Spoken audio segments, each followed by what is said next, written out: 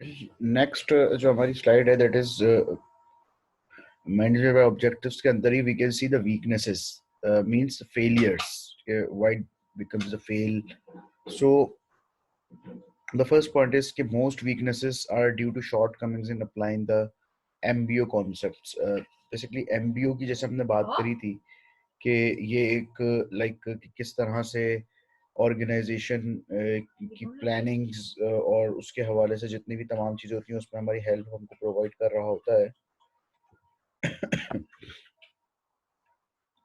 तो अब हम यहाँ पे ये एक स्ट्रेटेजिक अप्रोच होती है कि जो कि परफॉर्मेंस को इन्हेंस करने के लिए ऑर्गेनाइजेशन में यूज़ की जा रही होती है कि ऑर्गेनाइजेशन के जो भी गोल्स हैं वो किस तरह से मैनेजमेंट तक कन्वे किए जाएंगे और ऑर्गेनाइजेशनल स्ट्रक्चर जो है वो किस तरह से उन ऑब्जेक्टिव्स को उन गोल्स को अचीव करेगा. तो बेसिकली वीकनेसेस तो यही होती हैं कि इस एमबीओ कॉन्सेप्ट को एक मतलब इसकी इम्प्लीमेंटेशन या इसको अप्लाई सही तरह से नहीं किया जा रहा. तो that's the first weakness of that concept.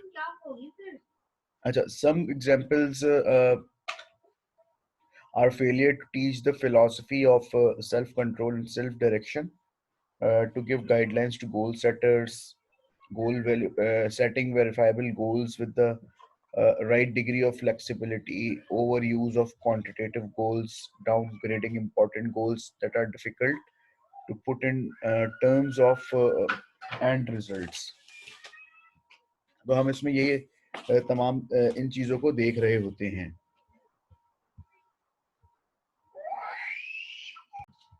तो हम इसमें ये देख रहे होते हैं कि कुछ एग्जांपल जो है हमको इसके फेलियर का बता रही होती है, किस तरह से एक सेल्फ कंट्रोल और सेल्फ डायरेक्शन जो है उसका एक लैकनेस होती है, कि एक गाइडलाइंस जो है गोल सेटर्स को नहीं दी जा रही होती, वेरीफाइबल गोल्स जो सेट नहीं किए जा रहे होते, फ्लेक्सिबिलिटी वहाँ पे मौजूद नहीं होती. और उसके बाद जो है एक हम जो है वो एंड रिजल्ट जो है वहाँ पे वो जो हमको चाहिए होता है वो हम एंड रिजल्ट नहीं ले पा रहे होते. अच्छा, four ingredients common to MBO programs are goal specificity, participative decision making, and explicit time period और performance feedback. ये basically इसके four जो है points होते हैं जिनको हम one by one discuss करते हैं. सबसे पहले goal specificity कि objectives in MBO should be concise statement of expected accomplishment, like to cut departmental cost by 7% to improve service by ensuring that all telephone orders are processed within 24 hours of receipt, or to increase quality by keeping return to less than 1% of sale. ठीक है कि एक किस तरह से जो है हम डिपार्टमेंटल कॉस्ट को जो है लेस कर रहे हैं to cut down on to the 7%. उसके बाद जो है अपनी सर्विसेज को इम्प्रूव कर रहे हैं. We the order we receive on the telephone we should process it within 24 hours. Quality के मुताबिक हम के मुतालिक बात करेंगे, क्वालिटी को हम इंक्रीज करेंगे ताकि जो रिटर्न्स हैं वो रिटर्न्स जो है कम से कम आए. You can see here the quality of keeping return to less than 1% of sale. ठीक है, ताकि वो हम कम से कम मतलब दैट्स द गोल. हमने ये गोल एक जो हम सेट कर रहे हैं हम इसकी यहाँ पे बात कर रहे होते हैं कि मैं किस तरह से गोल स्पेसिफिसिटी की बात कर रहा हूँ. तो मैं किस तरह से अपने गोल्स जो मैंने सेट कर रहा हूँ उनको किस तरह से मैं उनको अचीव करूंगा. अच्छा, पार्टिसिपेटिव डिसीजन मेकिंग की मैं बात करूँ. डिसीजन मेकिंग की हम पहले भी बात कर रहे थे कि the objective in MBO are not unilaterally set by boss and then assigned to employees. The manager and employee jointly choose to, the goal and agree on how they will be measured. ठीक है, एक जैसे हमने बात की थी कि जो टॉप लेवल हायरार्की है वो स्ट्रेटजीज जो बनाती है. बेसिकली यहाँ पे जब हम डिसीजन मेकिंग की बात कर रहे होते हैं तो here there is no need to set the goals by your boss. The two employees or the manager and their subordinate uh, uh, are stand on one point and they agree to do और set the goal. और किस तरह से फिर उसको major करना है, किस तरह से उन तमाम गोल्स को अचीव करना है. बेसिकली ये हम पार्टिसिपेटिव डिसीजन मेकिंग की बात कर रहे होते हैं कि एक म्यूचुअल अंडरस्टैंडिंग के साथ जो है डिसीजन मेकिंग ली जा रही होती है.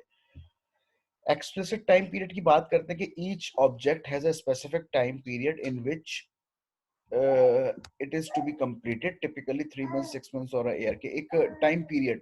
लाजमी सी बात है कि कोई भी गोल अगर सेट किया जा रहा है, कोई टारगेट अगर किसी को असाइन किया जा रहा है, तो there is some specific time period for that specific goal. अब ये देखना है कि अब उसका टाइम दिया कितना गया है, आइदर 3 months 6 months और ईयर। तो बेसिकली इस तरह से मतलब एक टारगेट्स होते हैं। Like if I talk about the sales team, the sales team assign target for the month, how much target you achieved in a month or in a quarter। ठीक है, क्वार्टर वही 3 months की बात आ गई। अच्छा, feedbacks की बात करते हैं, परफॉर्मेंस फीडबैक की, MBO seeks to give continuous feedback on progress towards goals so that workers can monitor and correct their own actions।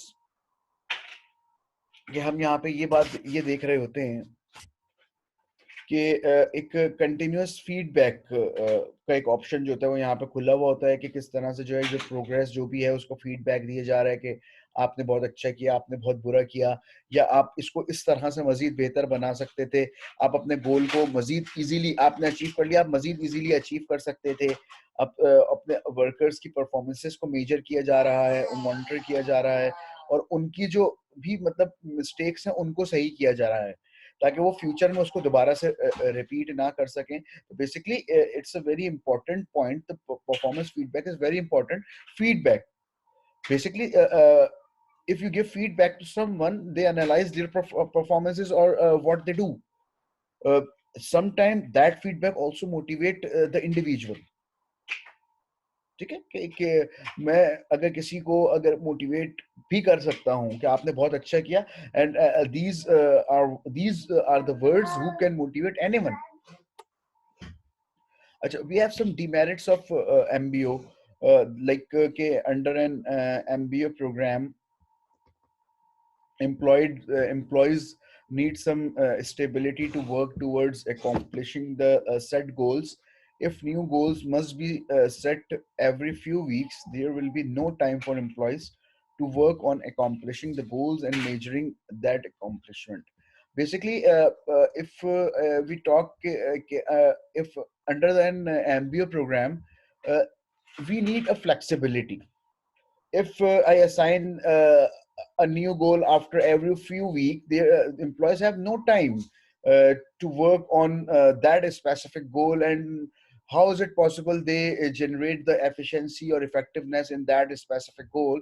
And there is also one thing, how we measure the performances, how we give the feedbacks. Like or at every time we give the negative feedback because employees have no time to work efficiently on that goal, because they have a new goal after every few weeks or after a few days। so हमेशा हमें अपने employees का जो है मतलब इस चीज में फ्लेक्सिबिलिटी रखनी चाहिए कि there is time between we have a time frame between two goals or two targets। अच्छा, over emphasis by an employee on accomplishing his or goals without regard to other in the work unit can be counterproductive। A manager must work closely with all members of their work unit to ensure that employees aren't working cross purposes। आप खुद से जाके उनके साथ बैठ के काम करें, उनको गाइड करें, उनको बताएं जो गोल्स हैं उसके प्रोसीजर्स बताएं कि how to accomplish that goal, what is the procedure to accomplish that goal. तो बेसिकली ये एक ऐसी चीज कि ये चीज उनको भी बहुत ज्यादा जो है मोटिवेट करेगी। ऐसा नहीं है कि मैं बस एम्प्लॉयज को गाइड कर दिया गया और वो कर लेंगे। अब क्या होगा कि वो काउंटर प्रोडक्टिव की बात आ रही है, ओवर प्रोडक्शन की बात आ रही है। अच्छा, if MBO is viewed simply as an annual exercise in filing out paper, employees want to be motivated to accomplish the goal। कि एक सिंपल एक बस एक फॉर्मेलिटी चल रही है कि जी आपने पेपर वर्क करना है, ये काम करना है, और कोई इसके ऊपर मतलब कोई एक जिसे कहते हैं कि एक प्रैक्टिस नहीं बनाई गई। तो बेसिकली ये एक जिसे कह सकते हैं कि एक एफिशिएंट एक्टिविटी या एक फ्रूटफुल एक्टिविटी नहीं होगी। That's just like the goal who you want to accomplish, and employees won't be motivated with that annual exercise. So these are some demerits of MBO. Acha. After that, we have some challenges and opportunities of OB.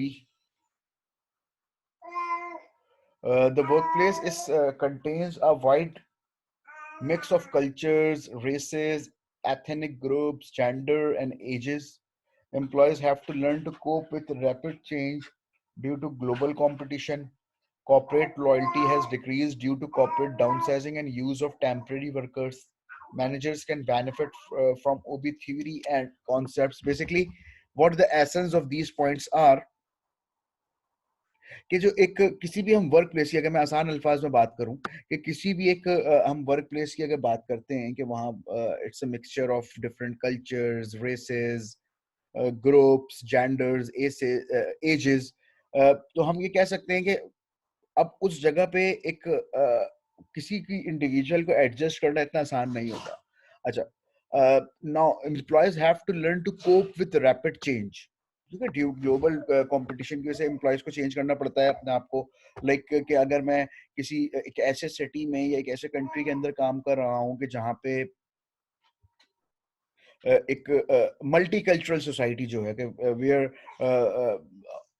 the different where all the peoples of the different countries come and work over there. तो एक मुझे global competition की वजह से I have to learn to cope with that rapid change.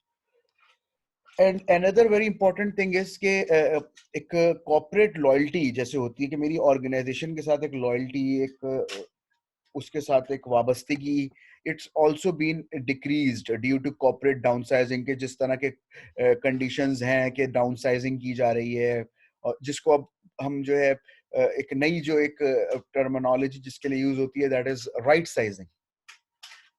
ये term use होने लगी है कि जी हम राइट साइजिंग कर रहे हैं, we are not going to downsize, हम सिर्फ राइट साइजिंग करते हैं. तो अब इसकी वजह से भी कि एक काम करते हुए शख्स को निकाल दिया गया, तो हाउ इज इट पॉसिबल कि वो अब अपने अंदर लॉयल्टी पैदा कर सकेगा. और एक टेम्परेरी या कैजुअल इस तरह के वर्कर्स का एक कॉन्सेप्ट ज्यादा आ रहा है जो डेली वेजेस पे मौजूद हैं कि आज अगर काम है वी इनवाइट देम, अदरवाइज हमने उनको मना कर दिया कि आपको अभी आने की जरूरत नहीं है. तो बेसिकली ये एक और एक बड़ा इंपॉर्टेंट फैक्टर है, पॉइंट है कि एक जिसे हमको खत्म करना है कि किस तरह से जो है कॉर्पोरेट लॉयल्टी को मुझे दोबारा से इंक्रीज करना है.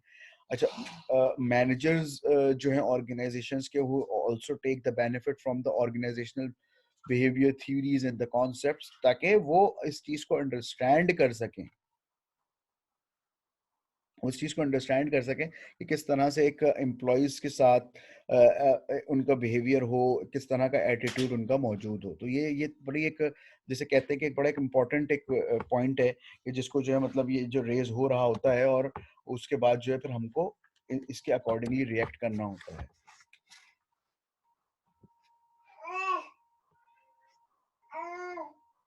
अच्छा, रिस्पॉन्डिंग टू ग्लोबलाइजेशन की अगर हम बात करते हैं कि किस तरह से मतलब increasing foreign assignment, different needs and aspirations in workforce, कि किस तरह से एक हम देखते हैं कि एक असाइनमेंट्स एक का एक या वर्कलोड एक बढ़ता जा रहा है. अच्छा, उसके बाद जो है एक वर्कफोर्स की एक जो डिमांड है वो एक बढ़ती जा रही है. मुझे मतलब लोगों की ज्यादा से ज्यादा नीड है जो कॉम्पिटेंट लोग हैं, जो कि एक इन्फ्लुएंस्ड हों, जो वर्क काम से मतलब एक जिसे कह सकते हैं कि एक इंटरेस्ट रखने वाले. अच्छा, उसके बाद जो है एक एक्सपर्ट्स की जिसे हम बात करें, लास्ट लेक्चर में जैसे हमने बात की थी, हम एक्सपर्ट लीडर्स की जैसे बात करेंगे, वो एक्सपर्ट है अपने काम में, हम उनकी बात कर सकते हैं. अच्छा, उसके बाद जो है working with people with different cultures के मैं इस हद तक मतलब एक हूँ कि मतलब मैं डिफरेंट कल्चर्स के लोगों के साथ काम करना कर सकता हूँ. मतलब इसमें हम इसमें एक वर्ड जो यूज करें, हम ये कह सकते हैं कि professional. I have a professionalism to work with anyone. ठीक है, to cope up in any cope up with any situation. Domestic motivational techniques and managerial style में नॉट वर्क. कि अब सिर्फ यहाँ पे जो है एक मोटिवेशनल टेक्निक्स मेरे लिए काम नहीं करेंगी, मुझे खुद से अपने आप को एडजस्ट करना पड़ेगा। मैं अगर किसी दूसरे शहर में या किसी दूसरे कंट्री में जाके काम कर रहा हूँ, तो जो होम सिकनेस मुझे है, ये मुझे खुद से उसको कवर अप करना पड़ेगा। Overseeing movement of jobs to countries with low cost labor, हम ये देख रहे होते हैं कि ऐसी जॉब्स या ऐसे कंट्रीज के जहाँ से हम लो कॉस्ट लेबर को जो है अपने पास जो है मतलब बुला सकें, या उनको हम अपने पास इन्वॉल्व करवा सकें, कि किस तरह से एक तो उनकी एम्प्लॉयमेंट जनरेट होगी, secondly we save lot of money, कि किस तरह से जो है एक ऐसे कंट्रीज से जो थर्ड वर्ल्ड कंट्रीज हैं, कि वहां से हम लेबर को बुलाएं, ताकि एक करेंसी डिफरेंस की वजह से उनको कम पे करना पड़ेगा। लाइक कि अगर एक वर्कर को बुलाया जा रहा है और उसको अगर $500 अगर उसको दी जा रहे हैं, तो वो पाकिस्तानी कोई अराउंड 80-90 हज़ार रुपये बन गए। तो बेसिकली ये एक बड़ा डिफरेंस एक मतलब आ रहा होता है। अच्छा, मैनेजिंग वर्कफोर्स डाइवर्सिटी की अगर हम बात करते हैं कि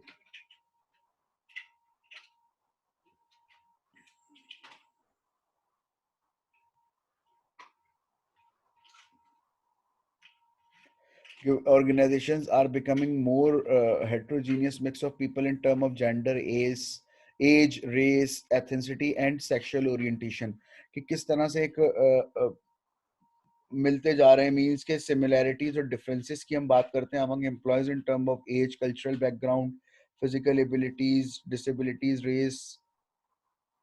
तो diversity makes the workforce heterogeneous, हम हेट्रोजीनियस होके देख रहे होते हैं।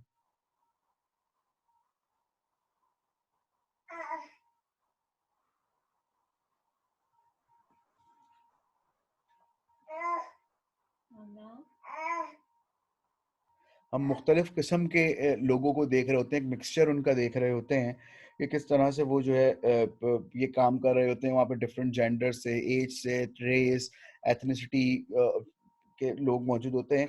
अच्छा, एक यहाँ पे क्वेश्चन रेज होता है कि how does diversity affect the work force.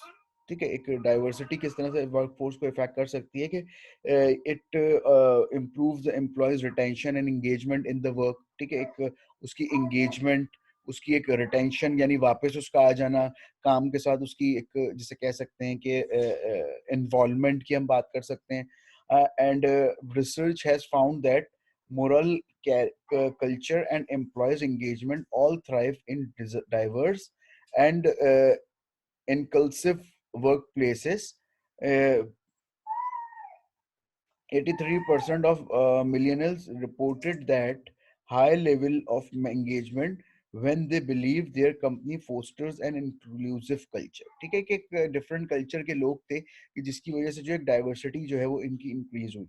अच्छा, डाइवर्सिटी की अगर हम कुछ टाइप्स की अगर जैसे बात करते हैं, तो it include the race, age, national origin, ethnicity like black, indigenous person और of color।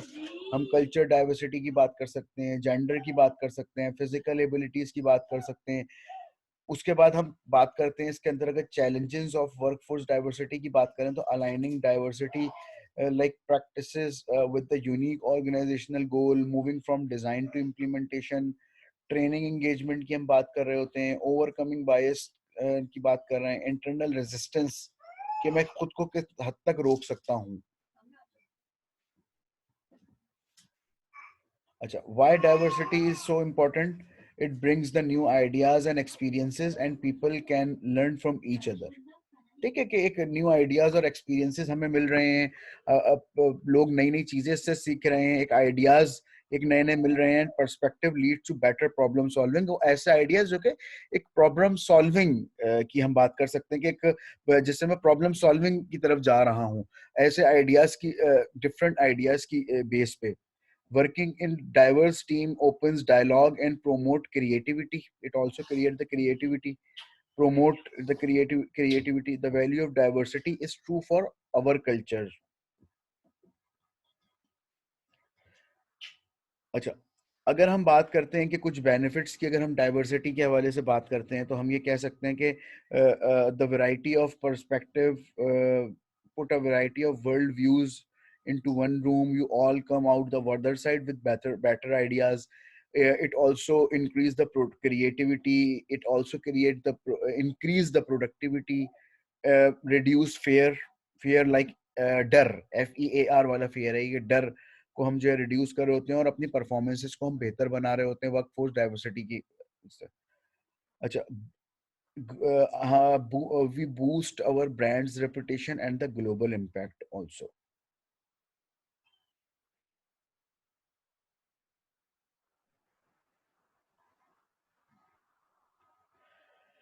अच्छा, we have some advantages and disadvantages of workforce diversity.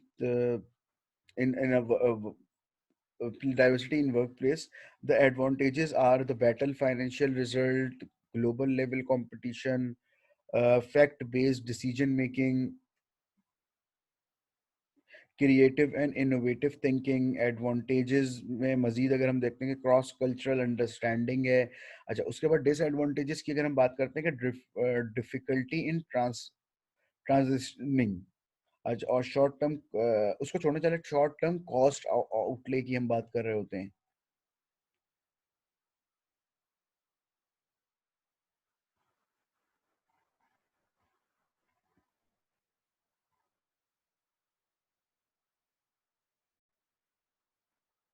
ठीक है, तो एक हम ये कह सकते हैं कि काफी एक ऐसी सिचुएशन कि जिस जगह पे डिफरेंट रेस के, जेंडर के, एथनिसिटी के लोग हैं मौजूद और उनके साथ रहते हुए हम काम कर रहे हैं।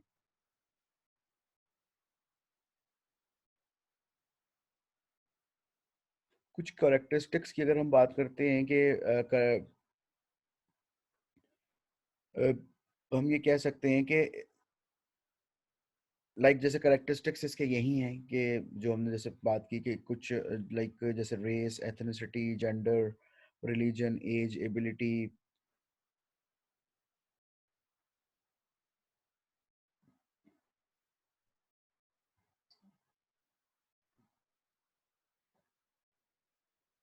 अच्छा, चैलेंजेस ऑफ वर्कफोर्स डाइवर्सिटी की बात करेंगे। It may seems counterintuitive, but it's not unheard of to learn of instances in which company don't outwardly proclaim diversity as they are afraid that is might leave them open to ugly accusations. Included in these might be tired arguments concerning affirmative actions, age discrimination वगैरह। इसके अंदर हम ये बात कर रहे होते हैं। तो बेसिकली ये हमारी एक वर्क फोर्स डाइवर्सिटी के हवाले से हम देख रहे होते हैं कि किस तरह से ये एक मैनेज का किया जा रहा होता है।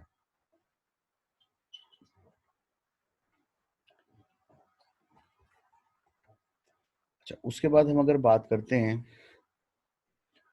डाइवर्सिटी इम्प्लीकेशंस के हवाले से,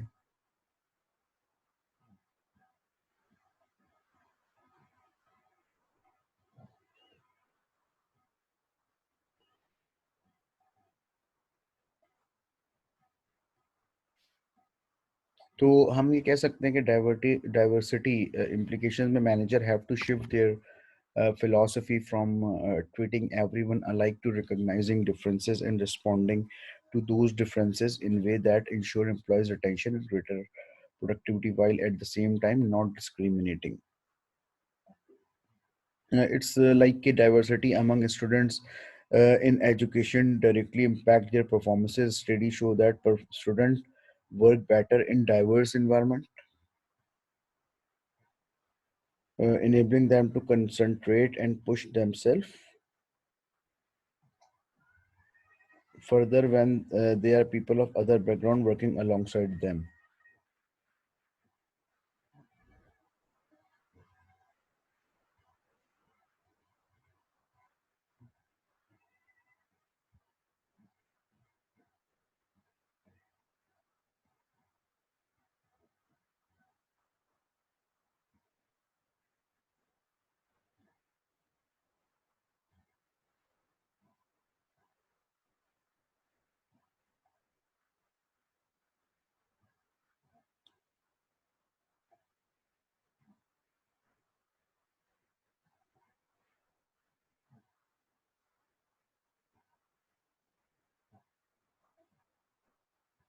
So the impact of cultural diversity in the workplace can be both favorable and unfavorable. Some negative effects include dysfunctional conflicts, lost productivity, and difficulty to achieve harmony in group setting. So greater diversity is also proven to motivate staff and leads to lower absenteeism and to greater productivity as well. Hence, an inclusive environment that values diversity will create stronger organizations that are more likely to remain successful.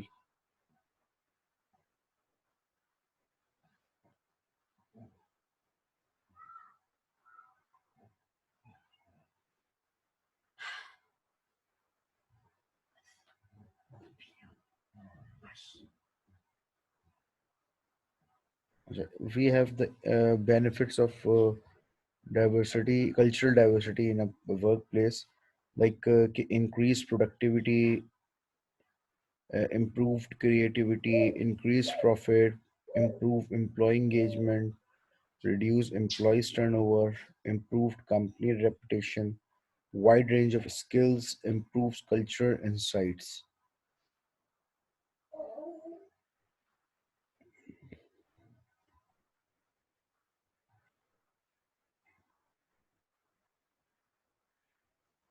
ये हम कह सकते हैं कि diversity implications की जब हम बात करते हैं कि हर किसी को जो है एक managers have to shift their philosophy from treating everyone alike to recognising differences and responding to those differences कि तो डिफरेंस से फर्क नहीं रखना, सबको एक तरह से लेके चलना है।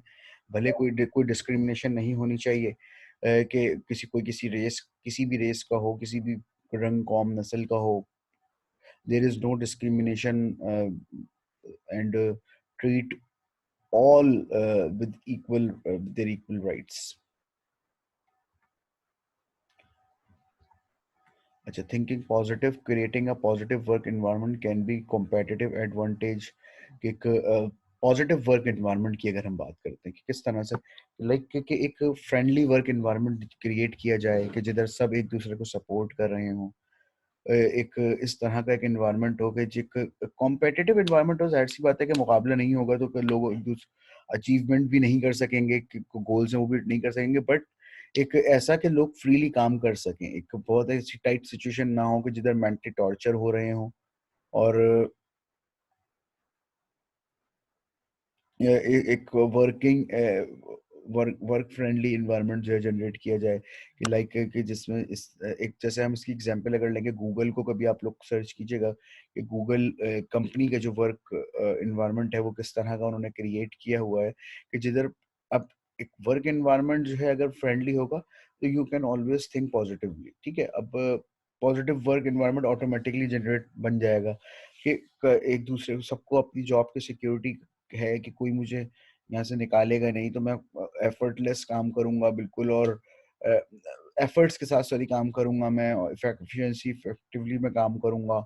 मुझे इस चीज़ का पता है कि मुझे मेरी जॉब की सिक्योरिटी है, तो बेसिकली ये एक थिंकिंग पॉजिटिवली है कि एक work force positive work environment जो है क्रिएट किया जा रहा है।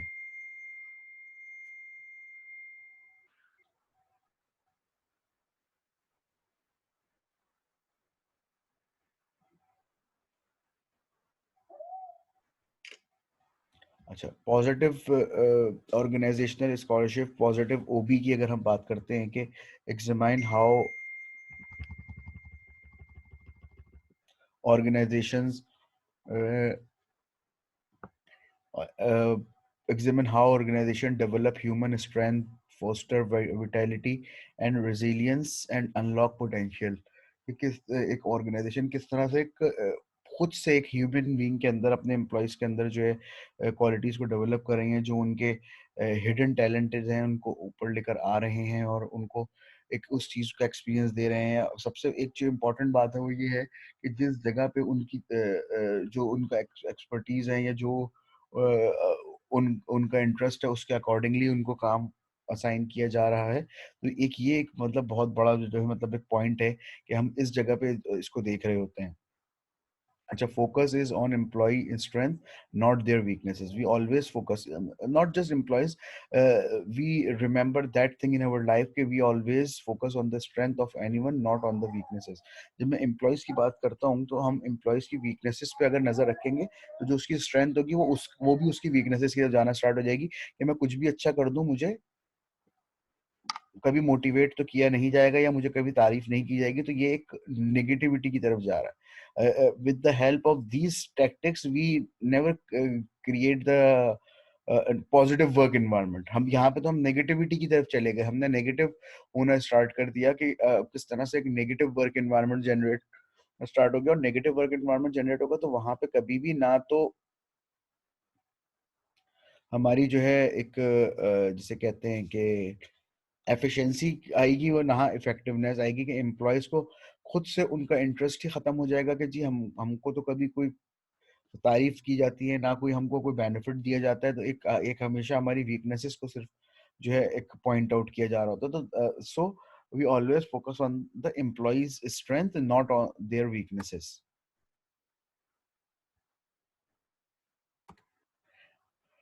अच्छा, इम्प्लीकेशन फॉर मैनेजर्स की अगर बात करते हैं हम कि OB help with insight to improve people skills, valuing of workforce diversity, empowering people and creating a positive work environment, dealing with labor shortages, copy in a world of temporariness, creating an ethically healthy work environment। कि हम managers को क्या करना चाहिए कि वो organisational behaviour उनकी जो मदद कर रही है कि किस तरह से वो लोगों की यानी अपने सबऑर्डिनेट्स की, अपने एम्प्लॉयज की जो है स्किल्स को इम्प्रूव करें, जो भी उनकी स्किल्स हैं उनको इम्प्रूव करें, सॉफ्ट स्किल्स हैं या जो भी हैं।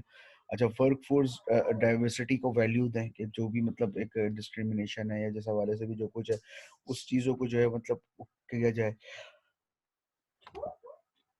empowering people and creating a positive work environment, empowering people like कि लोगों को पावर दी जाए, लोगों को एतमाद दिया जाए कि भाई आप इस काम को कर सकते हैं, आपको ये काम करना चाहिए।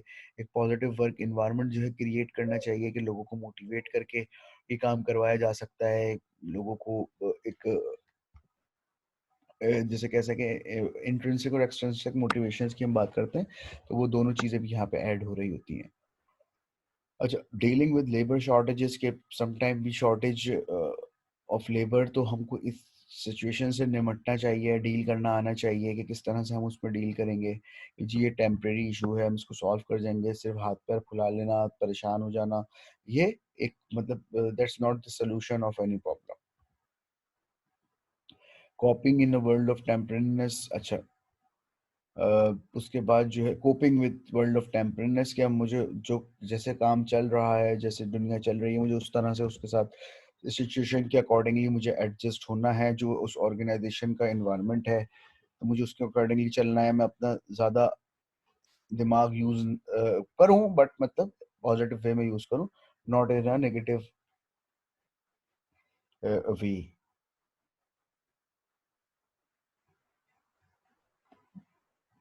अच्छा, creating an ethically healthy work environment के एक ऐसी एटमॉस्फेयर, एक ऐसी इन्वायरमेंट बनाना कि जो कि एक जहाँ पे लग रहा हो कि ये यहाँ पे जी काम हो रहा है, कि यहाँ पे काम हो रहा है। ऐसा नहीं है कि मतलब एक ऐसी इन्वायरमेंट जनरेट कर दी है कि जी जैसे लाइक हम अगर बात करते हैं हमारे गवर्नमेंट डिपार्टमेंट से, मतलब लाइक कहीं से लगता ही नहीं है कि एक वर्किंग एनवायरनमेंट है। एमएनसीज में या प्राइवेट ऑर्गेनाइजेशंस में हमको जाके लग रहा होता है कि जी यहाँ पे काम हो रहा है। तो एक ऐसी इन्वायरमेंट जनरेट करना, देखें ये काम जो होता है हमारे लीडर का होता है, हमारे मैनेजर का होता है, हमारे बॉसेस का होता है, कि जो कि इस चीज को अंडरस्टैंड कर रहे होते हैं कि जी आपको काम तो करना पड़ेगा। And the employees also understand that कि अगर वो इस चीज की सैलरी ले रहे हैं तो उनको इस काम को करना होगा, अपनी उस सैलरी को हलाल करना होगा।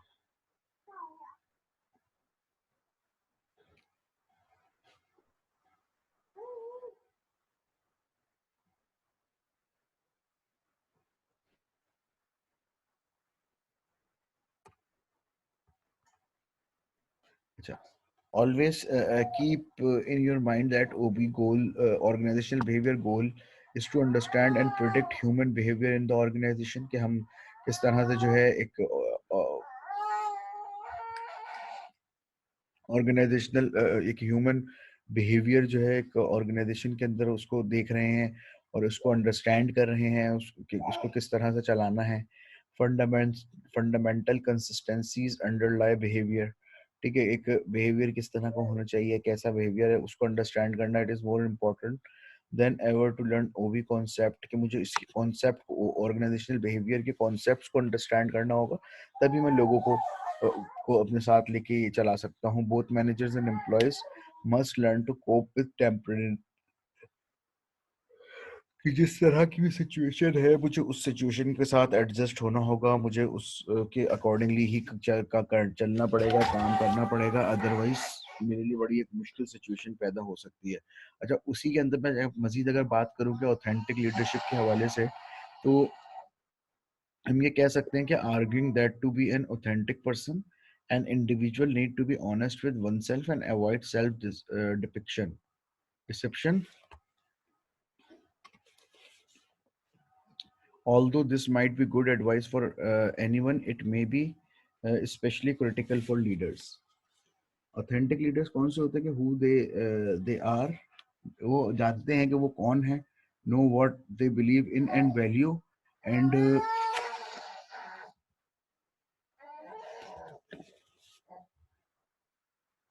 act on those values and believe openly and candidly. Their followers would consider them to be uh, ethical people.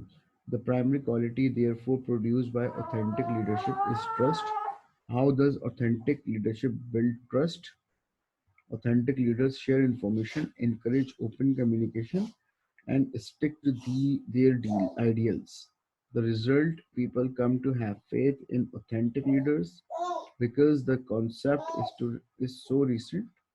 There hasn't been a lot of research on authentic leadership. However, we believe it's a promising way to think about ethics and trust in leadership because of focuses on the moral aspects of being a leader. Transformational or charismatic leaders can have a vision and communicate it uh, persuasively.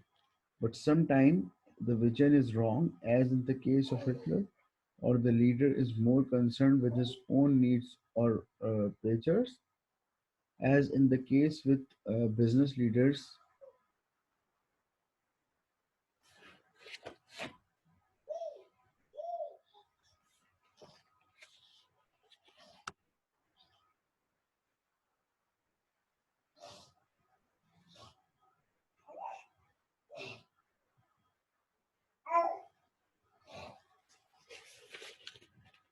अच्छा, हम अगर बात करें कि leaders who know who they are, know what they believe in and value, act on those values and beliefs openly and candidly, their followers would consider them to be ethical people. अच्छा, अब उसके बाद फिर अगर हम मजीद अगर बात करते हैं कि व्हाट इज ट्रस्ट, ट्रस्ट और lack of trust is an increasingly important leadership issue in today's organisation. अच्छा, trust is a positive expectation that another will not, through words, actions, or decisions, act opportunistically. The most important element of our definition that is implies familiarity and risk. The phrase positive expectation in our definition assume knowledge and knowledge and familiarity about the other party. Trust is a history dependent process based on relevant but limited sample of experience. It takes some time to form, building incrementally and accumulating. Most of us find it hard, if not impossible, to trust someone immediately if we don't know anything about them. At the extreme, in the case of total ignorance, we can gamble, but we can't trust. But as we get to know someone and the relationship majors, we gain profit in our ability to form a positive expectation.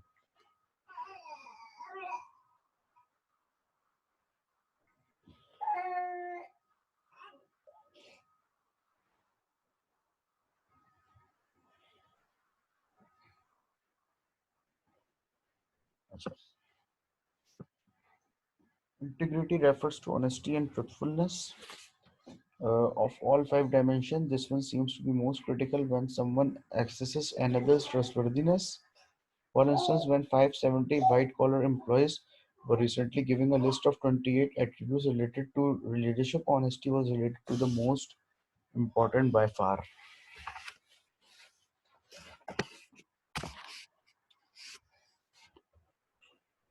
Trust and leadership की अगर बात करी की जाए कि different deterrence based trust क्या होता है कि trust based on fear or reprisal if the trust is violated, a positive expectation that other will not act opportunistically. But trust is a primary attribute associated with leadership, and when this trust is broken, it can have serious adverse effect on group's performance. As uh, as one author noted, part of leader task has been and continues to be working with people to find and solve problem, but whether leaders gain access to the knowledge and the creating creative thinking they need to solve problems depend on how much people trust them. Trust and trustworthiness modulate the leader's access to knowledge and cooperation. When followers trust a leader, they are willing to be vulnerable to the leader's action, confident that their right and interest will not be abused. People are likely to look up to or follow someone whom they perceive as dishonest or who is likely to take advantage of them.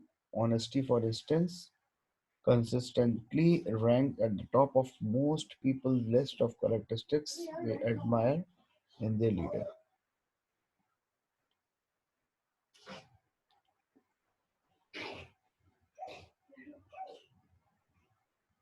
अगर हम बात करते हैं कुछ trust की types के हवाले से तो that is deterrence based trust है, उसके बाद हमारे पास नॉलेज बेस्ड ट्रस्ट है and at the end identification based trust. Friends, based trust क्या है कि trust based on fear of reprisal or if trust is violated.